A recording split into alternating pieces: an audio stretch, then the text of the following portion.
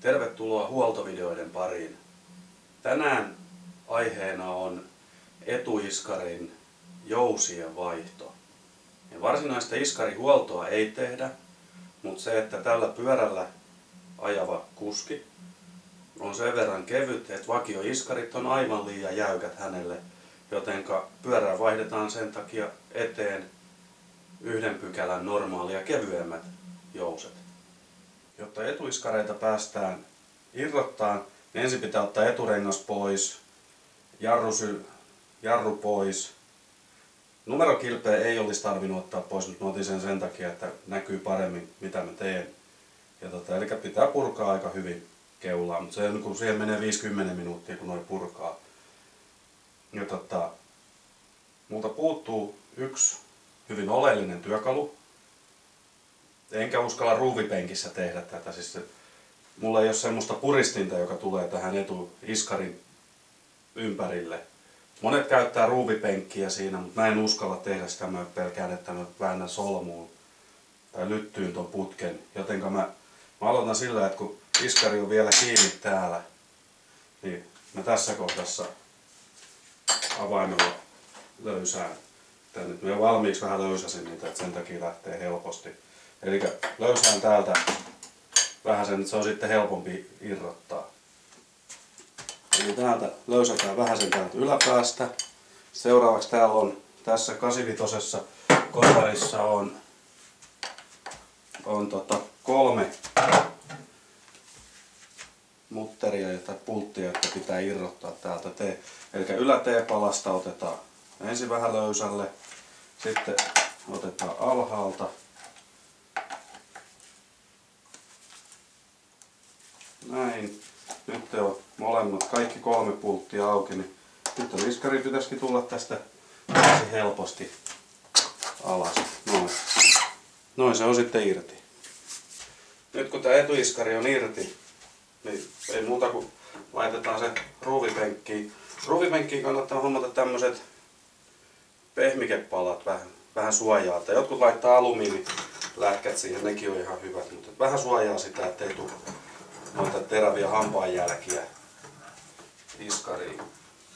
Sitten ei muuta kuin ruuvataan jousi siihen. Ja nyt äsken kun me irrotettiin tätä, tai mä otin täältä, pyöräytin löysälle täältä yläpäästä, niin mä en sitä ennen ottanut paineita sieltä pois.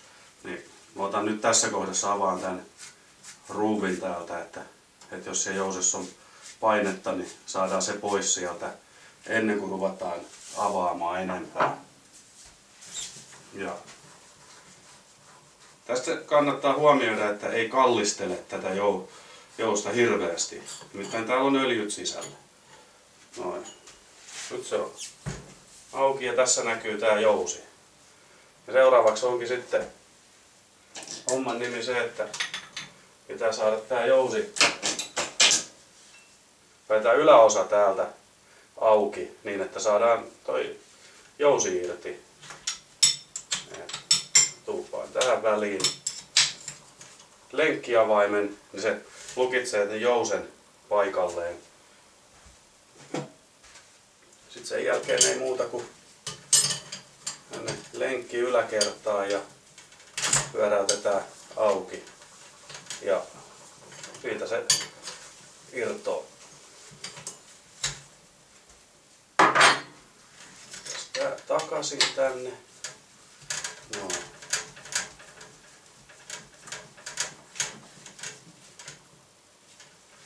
Se onkin vähän jäykkä lopussa. Noin.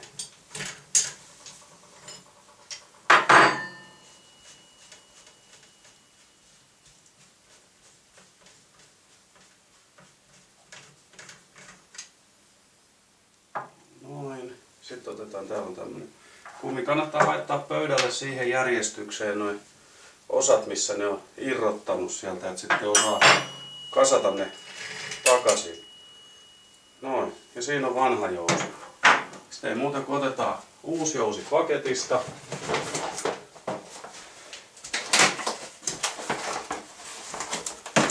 Täällä on jousi.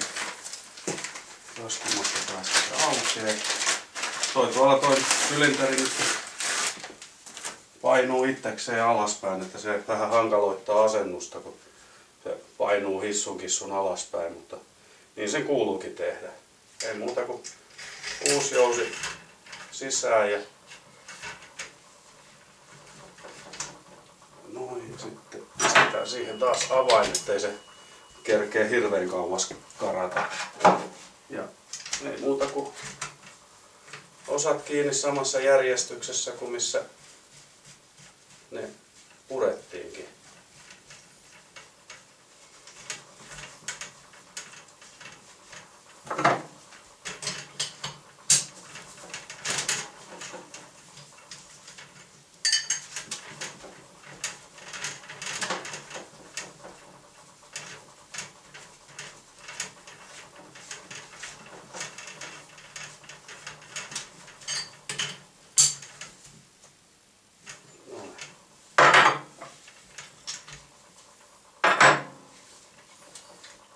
Ei muuta kuin kuori paikalleen.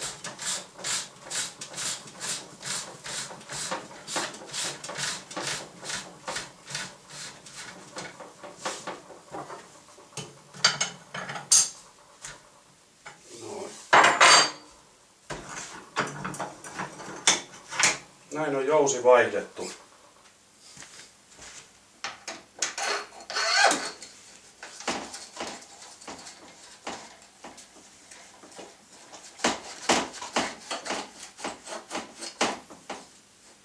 Tässä kannattaa huomioida se, että iskarit on samalla korkeudella molemmilla puolilla, että ne ei mene vähän vinoon. Mä nyt tässä kohdassa vielä kiinnitä huomioon siihen, että missä kohdassa se on, koska nyt mä vaan kiristän sen.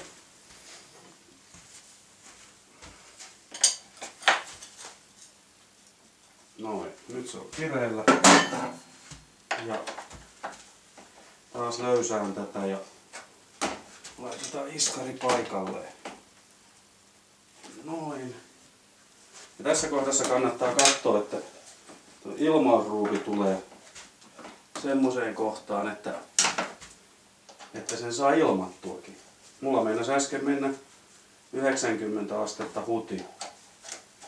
Ja nämä kiristän tälleen ihan kevyesti T-avaimella.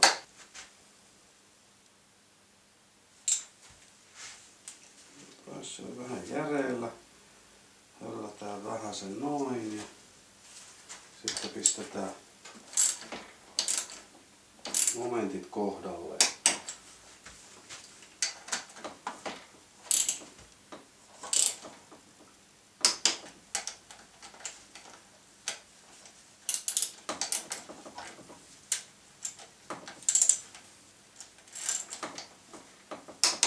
Noin.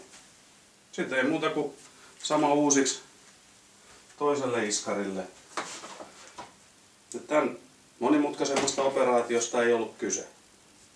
Ja niin kuin huomaatte, sen pystyy ihan hyvin tekemään kotioloissakin omassa tallissa.